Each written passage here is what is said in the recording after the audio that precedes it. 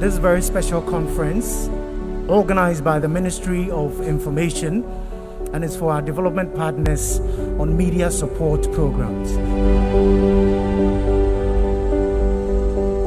This program, distinguished guests, marks the beginning of a bond of friendship between our ministry and our dear development partners to discuss matters of national importance and mutual benefits. We are excited and we are proud to host this maiden meeting here at the Alisa Hotel with all of you in attendance. And we are of the firm belief that this relationship will transcend generations. Let me start by expressing my personal appreciation and the appreciation of the government of Ghana for your continued partnership in our collective effort to build what they call a good society for our people. Despite the occasional sporadic incidents of media attacks and the complaints about media misreportage by various segments of the society, Ghana's media landscape continues to generally be the toast and envy of many globally. These challenges manifest in various ways in the work of the media. Sometimes misreportage, sometimes amplification of opinions that are based on limited data, defamation, and a feeling of media tyranny by some segments of the society. In response, some have resorted to lawsuits, public call-outs of the media, and sometimes campaigns that undermine the work that the media does. The state effort to support the Ghanaian media began several years ago, even before this administration. Successive governments have attempted to aid the media with interventions that are targeted at helping resolve some of the challenges without seeking to unduly influence the media.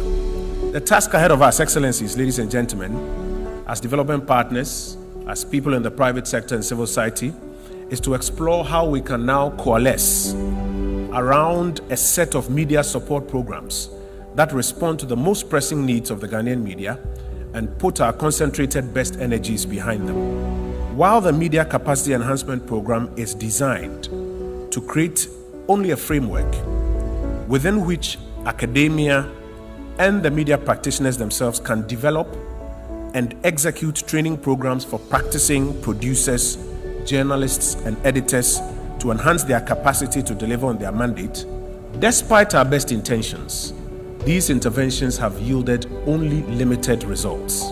But indeed, they have the potential to constitute some of the most impactful interventions in supporting the Fourth Estate if we coalesce, fund, and execute together.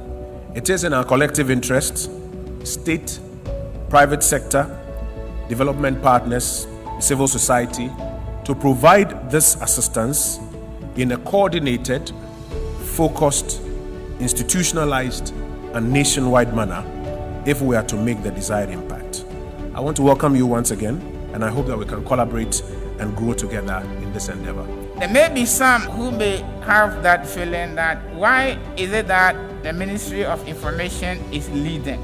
We at the National Media Commission has taken this position that while we will not surrender our independence, we will not shun any collaboration that at the end of the day will be functionally beneficial to the interests of journalism in this country. And so for as long as we have offers that are intended to make the Ghanaian journalists better, we will support that initiative. And that is why we are here, and to restate the fact that it is not working alone. We have been part of the processes. But sometimes you need a phase of government to lead in the mobilization of resources. We want to appeal to every one of us that who are capable, that the support can come in different ways.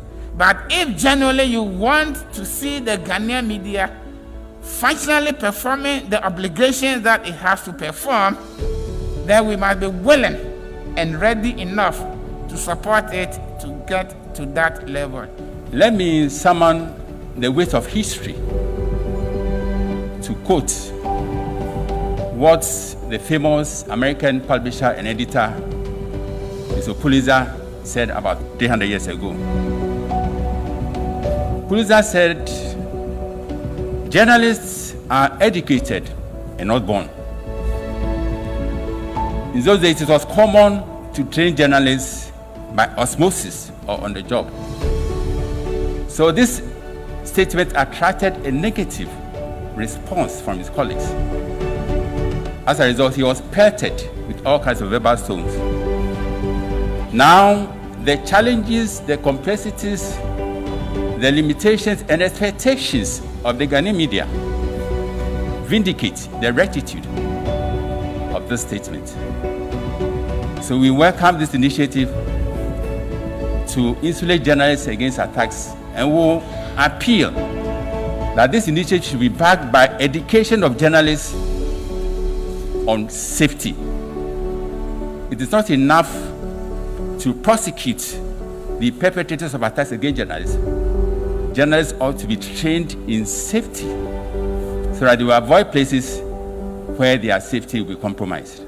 Under the coordinated mechanism for the safety of journalists, we want to support training targeted at content creation for media practitioners. We are also looking at providing a regular platform to support media introspection on subjects related to media management, corporate governance, and media business models. We want to build and install an online application system where a journalist who is aggrieved doesn't have to travel all the way to Accra to lodge a complaint.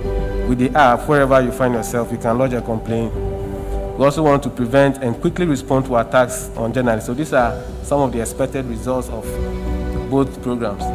We also want to be able to identify fake news and misinformation. Our intervention should be able to address some of these issues, and therefore, if they keep coming up, it tells us that our intervention is not responding, and therefore we need to adjust our intervention to respond to some of these things. We also want to be able to measure the number of specialized journalists, because we are encouraging them to specialize in their various fields. And then we want to be able to measure the number of media complaints made to NMC.